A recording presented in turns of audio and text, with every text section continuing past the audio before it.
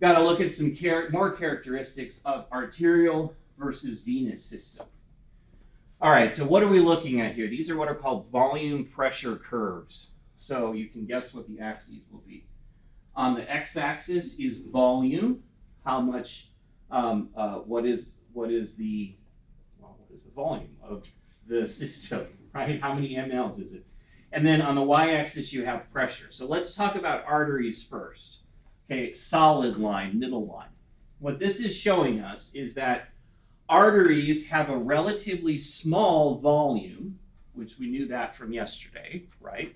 At least a third of the blood is, the arterial system is 1/3 or less the size of the venous system. So our volume is less. Arteries also have thick walls with smooth muscle and a lot of elasticity. So as we increase the pressure in the arterial system, the volume does not increase very much, right? That fits with what we know. If you add a bunch of blood, the arteries can't get bigger because they don't have that compliance. So instead, the pressure just goes up. So arteries, we have low volume and very small changes in volume as we increase the pressure. All right, now let's add a little complexity. The sympathetic and sympathetic division can activate or inhibit vessel size, right? That's vasoconstriction or vasodilation. So under sympathetic stimulation, arteries constrict. In other words, their volume gets smaller. As their volume gets smaller, the pressure goes up. So we can do a little comparison, right? So my straight line here is sympathetic stimulation, right? Let's do the other side. Here's inhibition, okay, is on this side, stimulation. All right, so so for a given pressure, we'll pick 140, right? At 140 under sympathetic stimulation, we have a volume of about maybe 520, maybe 600. Same pressure, if the sympathetic nervous system is inhibited, we have a larger volume, right? So that's proof, it's proving that as vasodilation occurs, in other words, as we go from vasoconstricted to vasodilated, the volume does increase. Okay, that makes sense. The vessels are getting bigger, right? So that's on the arterial side. We have vasoconstriction, vasodilation. As vessel size changes in the arterial branch, we get big changes in pressure, right? So small changes in volume make big changes in pressure. The venous system is very different, as you can tell from the curve. The venous is more like that floppy balloon that's been inflated a bunch of times. A small change in pressure makes a big change in volume. So if we, and remember, venous pressures are very low to start with. A venous pressure of 20 is quite high, okay?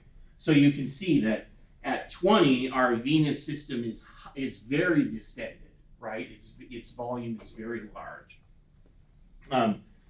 Now, the sympathetic division still has inhibition and stimulation. The difference is, instead of stimulation and inhibition being to create pressure difference, the sympathetic system uses the venous system to make a volume difference. This is venoconstriction, which I hinted at the other day, right? So here, if we look at my red line going horizontally, okay, we can see that compared to sympathetic stimulation, okay, this edge, sympathetic inhibition, we can see that we get a big change in volume. So from 3,250 all the way to about 2,250, so a full liter difference, just because the veins contracted or relaxed, right? Because the veins expanded. They increased their volume with a small change in pressure. So that's venoconstriction. Essentially what I want you to see here is that the sympathetic system does two different things in the two sides of the system by accomplishing the same goal. Both of these are vasoconstriction, right? But the outcome is different. In veins, vasoconstriction tends to get us smaller veins, right? In arterial system, vasoconstriction gets us more pressure. Okay, that's the sort of short version. Okay. All right, last question is important. So when the venous volume shrinks under sympathetic stimulation, where does the extra blood go?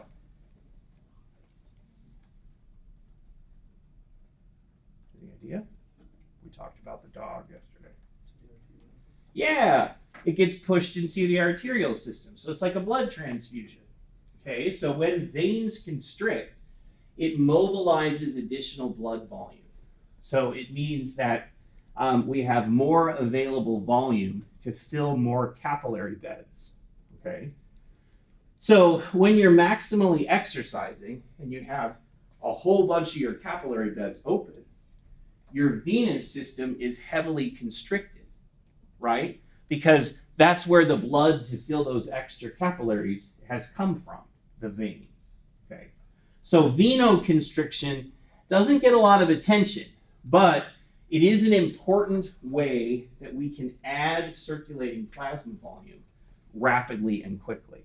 All right, and we'll see when in the next unit, we're going to put all of these factors together, and we're going to look at how cardiac output is affected by a variety of different body states. Okay, and venoconstriction is going to come back and play a role there.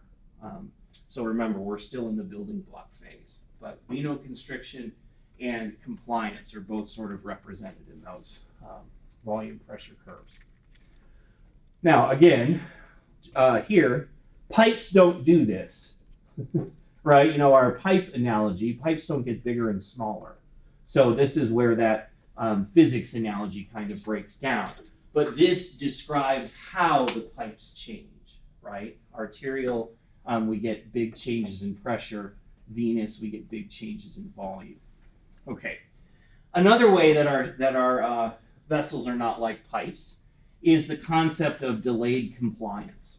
Our vessels can change size to accommodate a changing plasma volume.